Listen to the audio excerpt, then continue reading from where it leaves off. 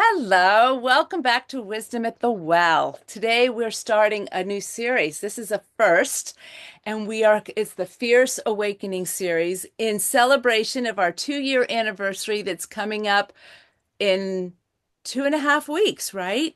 So I've got a Congratulations.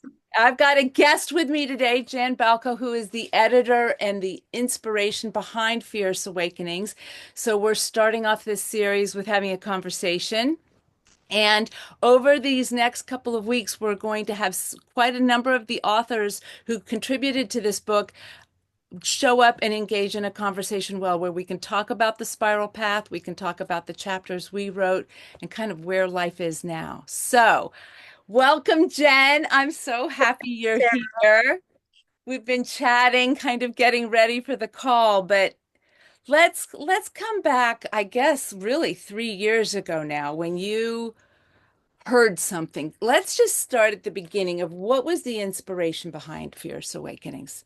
Well, and it's funny to put myself back in that moment, right? Because there's like a things come to me as the whisper, the wind whispers to me lots of things, and problem is I pay attention. Right? And when I hear it a certain way and it lands at a certain moment, it's was this like, oh gosh, how do you want me to do this? But it was this idea of like just gather up the women, like they all have a story to tell.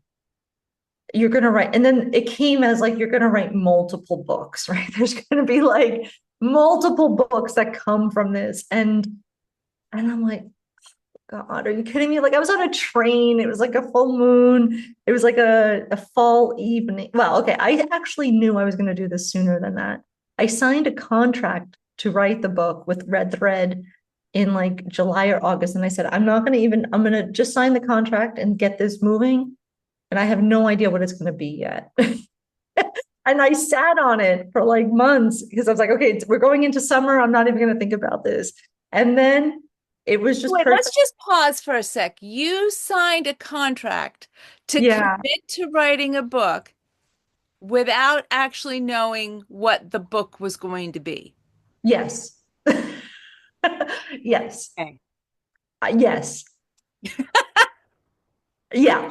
Because there was going to be a like, and I knew at that moment it was going to be a collaborative book. I didn't quite know more. And I knew it was going to be a collaborative book because I knew I wasn't ready to write my solo book yet.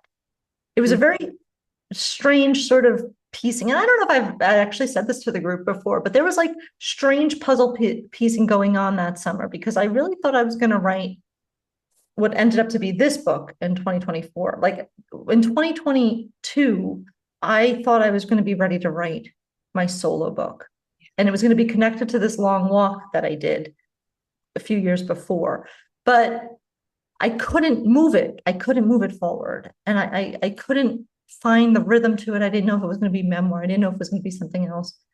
But I had experience working in collaborative settings. And Red Thread was coming up around that time with collaborative books. And I'm like, you know what? I'm going to do this. And I think what Fierce Awakenings is going to be eventually, like this collaborative idea that I'm signing this contract for, it's going to be the thing that I need to do the other book. Yes. It just became so clear like that was a puzzle that was going to fit together for me. And I don't know why. And I don't know what the thing is. But then the clarity sort of came in the fall.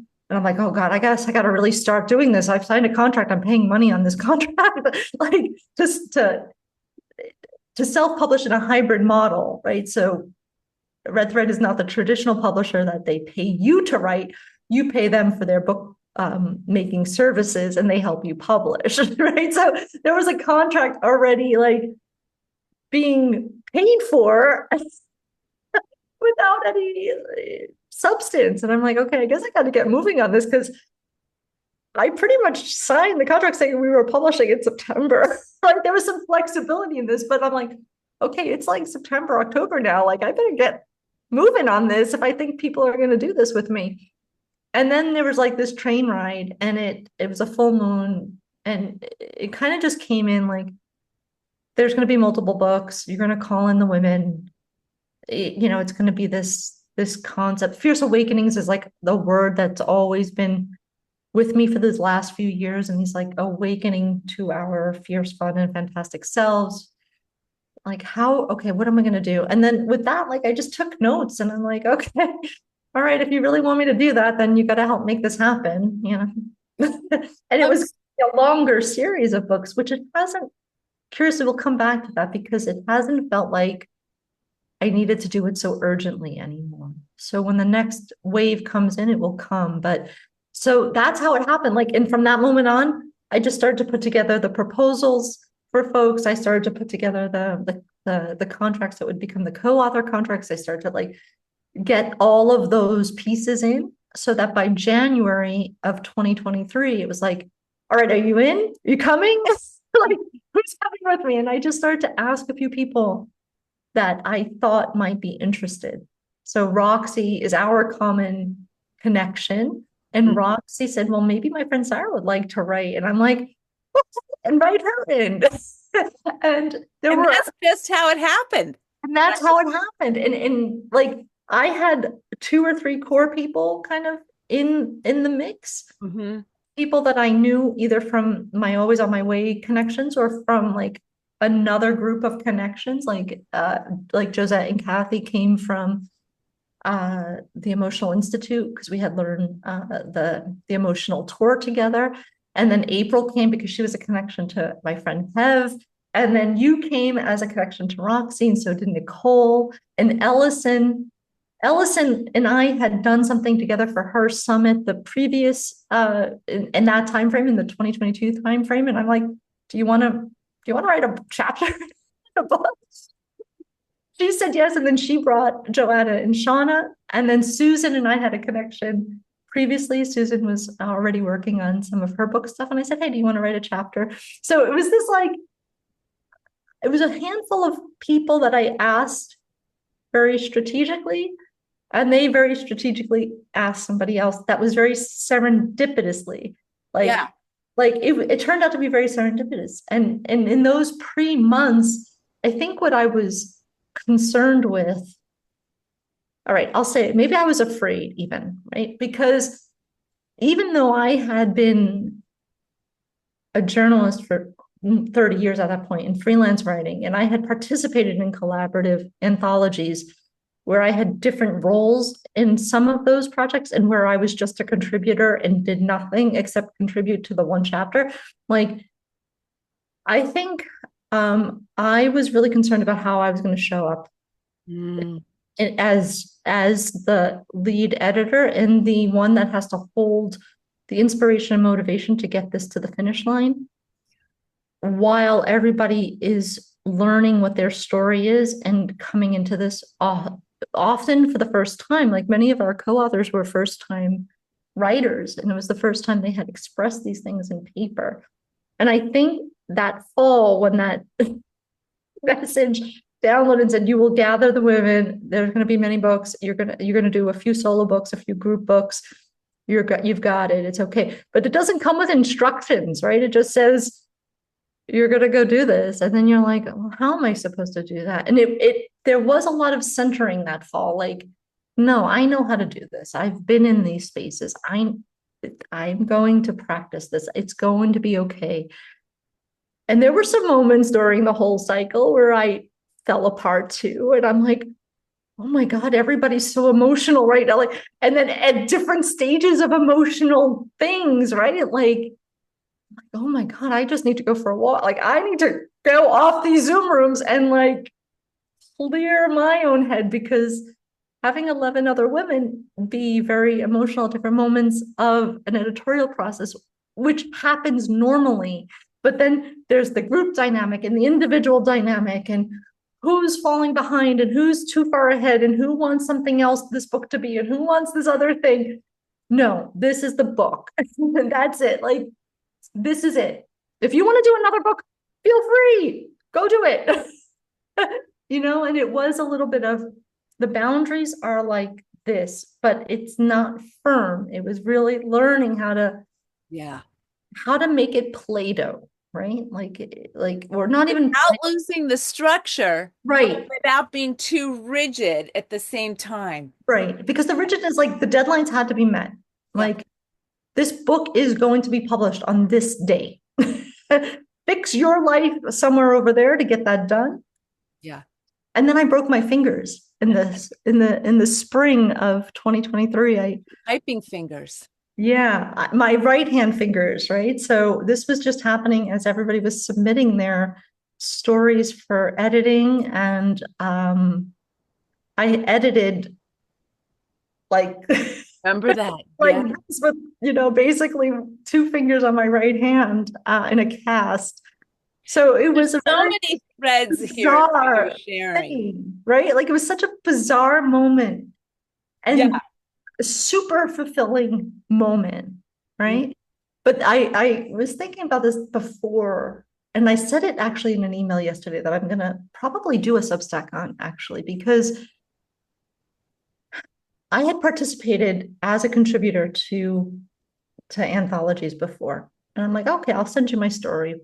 I was paid $100 and I got two copies of the book. Like that's it. That was all my contribution to the book. And I got the credit of saying, oh, okay, I've been published in the book.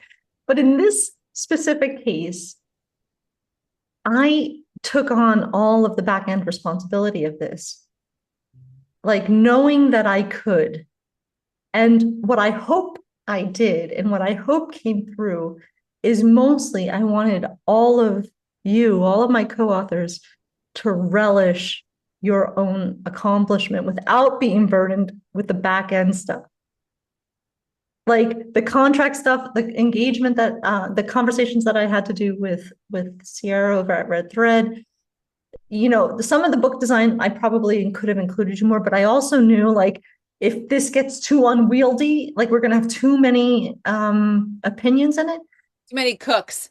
too many cooks in the kitchen, and we need to move things along. Like things have to happen in a certain sequence of events if we're gonna hit our target deadline, right? So there was a lot of back end stuff, like in contractual stuff and all this like other stuff that I kind of said, I can, when I said yes, I said, I'm going to do it and I'm going to make it as easy as possible so that the co-authors can just show up, Yes. know their story, write their story, and then, see their names on the book, right? Like there was a very big intention of, I just want them to feel this success.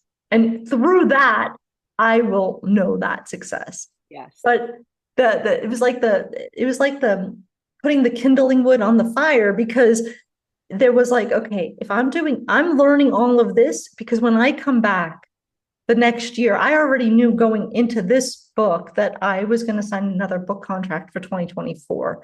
I already like knew that. And I'm like, okay, all these things that I'm learning about where everybody is in this writing cycle, you need to remember for yourself because you're going to have to hold your own space to do this the same way you're holding it for these multiple other people now, right? Like Yes.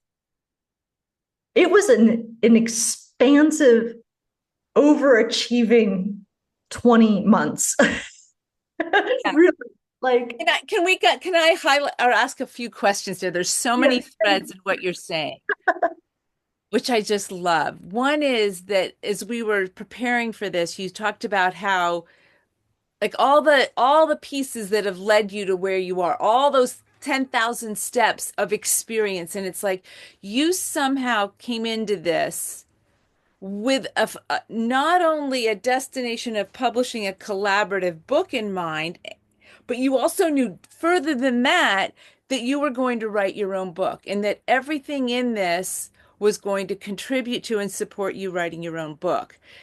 And that you had been involved in a project where somebody didn't handle all the contractual, all the details, and it for especially for not as experienced writers, that hope could just have bogged down their creative journey. So oh, you, for yeah. sure. So you took on this back end piece that I would have to say we were somewhat oblivious to, but because you also had an end goal in mind of us seeing our names on the back cover celebrating that we're a published author. So I just want to, there's so many threads there, but I want to acknowledge your vision, your willingness to really hold the birthing of this book on many levels, the creative and the logistical, right? And that you did it for us and you also did it for yourself as a creative, as so I don't know what you want to respond to that, but there's so much Well, in there.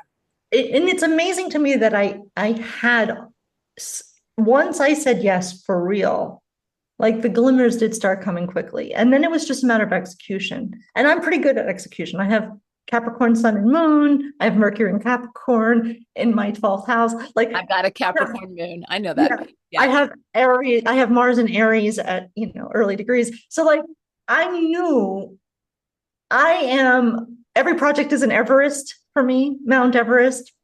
Mm.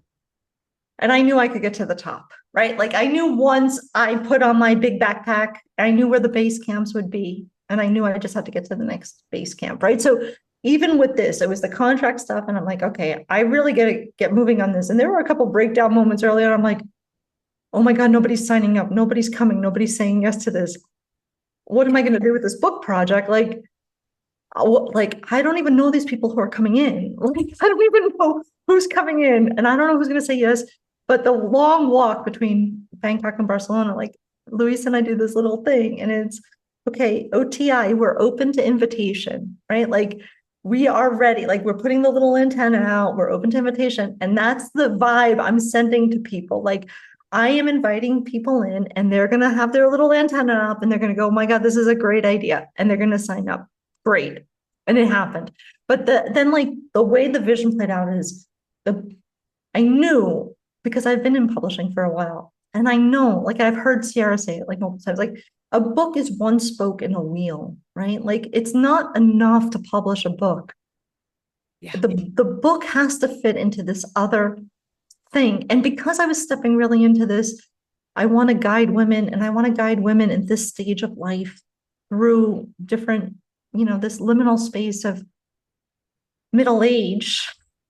And like it was curious that we had, a 35-year-old, I think Joanna was 35 at the time, and then like 70, 72, and that most of us fit in this like 40, 50, 60-year-old range. And I think not surprising, and that's what I called in, right? But it was this like, okay, if the book is only one spoke of a wheel, how is this actually going to empower women really? Mm-hmm. And that's what like, and then I knew I was also creating the third annual Creativity Jam, the Fierce Awakened Woman Creativity Jam, which was in the third year. And I knew the timing of this was like, all of you get a spot on the stage too, because you wrote your chapter, but now I want you to shine as your own expertise and have all that material, so that you could stand on stage and talk about what you're writing about or talk about something in parallel to what you're writing about, right? So that I don't know, I have a 6-2 human design line, which is mentor and hermit. So it's been really curious that I was so completely in a mentoring stage of mind from the end of 2022 to like basically to the beginning of 2024, like going through that entire publishing cycle and then creating that space after publishing for us to continue for a while. Yeah. And then stepping into my own book where I became the complete opposite of that. And I'm still in the middle of 2025, like more in my hermit stage of like, I needed to take all of that and come back and do my own sort of stuff because I feel 2026 is going to be another external, yeah, it's going to be an external mentoring thing, right? So this spiral path, it's been really curious because when we look at our spiral path on this book, like I'm pretty sure in 2023 when this book was coming out, like I was here and like doing the amplifying part. Yeah. And now in 2024, 2025, I'm here. I'm like all back in my center again. But I feel like by the beginning of 2026, I'm going to be here. And I think by this time next year in September, like I'm going to be amplifying again. And I think it's just like this little a bit of an accordion. Like you got to stretch out and then you got to come back in and then I got to stretch back out. And that's been a pattern in my life that I only am only now at 53 and a half, understanding that I have had those periods of time. They've just been shorter Yes. because life was like demanding that we're so outward facing in our work, in our presence, in our way we show up in life. And now I think the concepts of coming back and resting and like honoring that pattern and the wisdom that comes just with that stage of life. Like I can't do things the way I used to do at 30. And this has been it's been a very sad acknowledgement for me. I've acknowledged that I'm carrying grief around that, Mm. like, and that this earlier this year, I have had to move through the grief of my body's changing, my ability to do things is changing. I can't, I can't grab things the way I used to. So they slip through my fingers a little bit more. Like there's like, okay, but I'm not dead yet. Far from it. Like, and I've been in a strange conversations with my 30-year-old self that was like, you promised by the time we're 50, there was going to be this and this and this and this. And I'm like, do you not see like what that naive promise as my 30-year-old self made? Like all the things that happened beyond that, Yes. those small windows of promises that you thought you knew, like you've moved yourself abroad, you embarked on a 3.5 journey, you've published books, like you created a new business, you renovated a house, you run a guest house, like the amount of success could not have even been envisioned at 30 when you were sitting in a cafe in San Francisco. Like that's just, you only knew this and now your whole life is like that. Yeah. But it was a really, there was definitely like a Saturn return sort of feeling to this of like, you built all this structure and yeah, okay. And like, and that's great. But we were talking about this just before the call, is that I don't feel like I need to knock it down. The structure that I built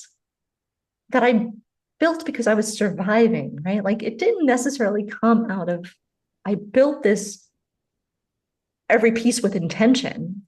I built it because that's what needed to be done at the time. And that is what felt like my response to it. But now, like I said before, it's just, I'm thinking of it more as, oh, this was a Lego structure, and I could take off the little Lego pieces and move them over here. And whatever falls down over there falls down, or it can stand half built. Like it doesn't matter anymore. Like it's okay for me to borrow my Lego pieces and start something else over here. And if those Lego pieces don't fit, I can find a different Lego piece. Like I have a container as wide as I want it to be, filled with all the pieces that I want it to be filled with, right? Like it's an endless bucket of pieces. Yeah. And So you've got to, and it sounds like you're allowing yourself to up level and upgrade what's in your structure now. What was appropriate isn't now, and you're like, which of these pieces are really a part of my essential work, my essential passion? And you're getting those pieces out and going, yeah, they need to be here. But those others, like, because part of what I was hearing is like moving from surviving into thriving, what do you bring with you? Right. yeah, And honoring who you are as a mid 50-year-old and honoring who you are as a woman of a lot of experience. And I'm excited that we're going to get to have a second interview because of you're the final chapter of the book yeah, of your multi-thousand-mile journey. Like that in and of itself is such a huge accomplishment. And I can only imagine life changing on so many ways, probably body changing too. yeah, yeah.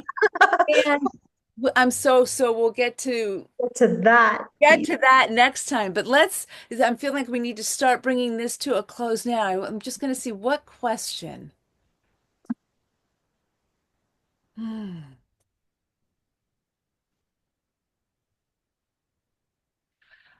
How did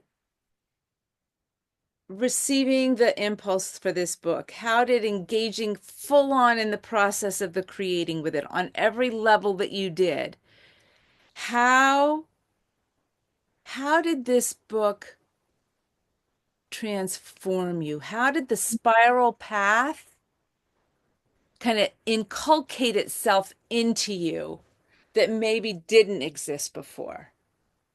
Oh, I think the simplest answer is I didn't realize it was a spiral path before this book. Like I knew like that we had the title sort of like as Fierce Awakenings, but I think in reading of your story, Sarah, and in our conversations, like in real time creation with multiple women in the room having ideas, I think the idea of the spiral path really started to take form for me in that because the way that I always saw things linear. Well, you talked about the mountain, getting up Saw to the it top this of way. the mountain. I had milestones along this, horizontal thing, but my journey always felt like I'm going to start here. I'm going to go to the top of the mountain. I'm not even going to go all the way down again. I'm just going to go down to another base camp here and leap to the next mountain in the distance and just get to the top of that, collect that laurel and gold star. And like, it was more, I think my path was more like upward climbing and then lateral leaping. And then this idea that there's actually no, I'm just keeping rounding, I'm just rounding a new turn and I'm coming back one level up. The onwards and upwards sort of movement. I'm like, oh, maybe that's actually what I've been doing. It hasn't been sharp. It's actually been, oh my God, I can't believe I'm back in this place again, but I know a lot more than I did before. And I think that's, I mean, just the simple idea that I probably didn't realize, no, I did not realize life's path was more spiral than linear. Yeah, I think that's, and now I can't imagine life linearly anymore, right? Like, Yeah. and I'm saying this, like the things that I wanted to create 5 years ago and I had the vision for, they couldn't come to fruition because I hadn't yet had the experiences that I've now accumulated over these 5 years and these 10,000 hours of practicing my business, right? And now I'm realizing, oh, I've always had the ruby red slippers on. They were just covered with like clay clogs, and now I get to break the clay clogs off. They were there, they just got muddied because I didn't have what I needed internally to create that yet. So that's why I needed the dynamic of the 11 other women in the room to see how not just one spiral path was going, but to see how multi-dimensional spiral paths were moving and intersecting, because that's what I want to, that's the space I want to hold for women mostly, right? Like we're all coming into this messy middle of beyond midlife, and then but we're not quite the wisest crone version of ourselves just yet, right? But this kind of merging and amplifying and uplifting and down spiraling. I mean, the world's a crazy place right now, and the downward spiral is also as valuable as the upward spiral. So there's been a different embracing of that. And I've also, I'll just say this in closing too, is that my Capricorn self likes to climb the mountains, but Capricorn has a fishtail. In this last like 2 years coming out of this book, I've learned how to dive really deep into my own depths and use my Capricorn fishtail to go really deep with myself. So that feels like right on time, right? Like I spent a lot of my life embracing the one part of me. And now I'm learning to embrace the other part of me that I didn't even really know was there. So Beautiful. And that just so for me, that's all about living in the ampersand, right? The both and. understand. Yeah. Yeah. And it's just the more we can embrace all of who we are, the both and parts of ourselves, and it is reflected in so many different ways. But I just love what you're saying because in that, swimming with the tail is a much softer, more fluid way of being, right? And it's like feels like it's just open to space for you and yourself to become more of who you are. Yeah. And and as you're and it's taking time to really integrate that part of you And it's like you said, next year you're going to start emerging again with all that these last 2 years and even this coming year will bring to you. We'll Uh, see. We'll see, Sarah. why don't you share your website, how people can get in Sure. touch with you? People can find me at alwaysonmyway.com. That's going through a little bit of a transition, but there's most of the information is there. You can also find me on Substack. I'm Joy Journeying with Jen. That's there. And Two ends. with two Jen, N's. two ends. Jen with two N's, like you see it maybe on your screen right now, Jenn. Joy Journeying with Jen on Substack. And well, if you find me on Instagram, it's Jen, Jenn, Balko, Baljko as well. And if you go to alwaysonmyway.com, you'll find more information about our book. It's Yeah. listed there on that site. And there's a lot of videos from all the co-authors there still, and yeah, information about our book and each other, all of us over there. So Wonderful. Thank you. Well, this is the first Sarah, interview, part of the Fierce Awakening series. We're going to be interviewing some of the other women, and then Jen's going to come back around at the end to share her chapter of her amazing walking journey from Bangkok to Barcelona. And so I'm looking forward that we get together again. and I'm interviewing Oh, you that's right. also So you are. as the author of the first chapter of the book that sets us off in Oh, yes, we get together 3 times. So you'll see us in switched roles next time. But thanks for being here, Jen. And I'm just going to put this on pause.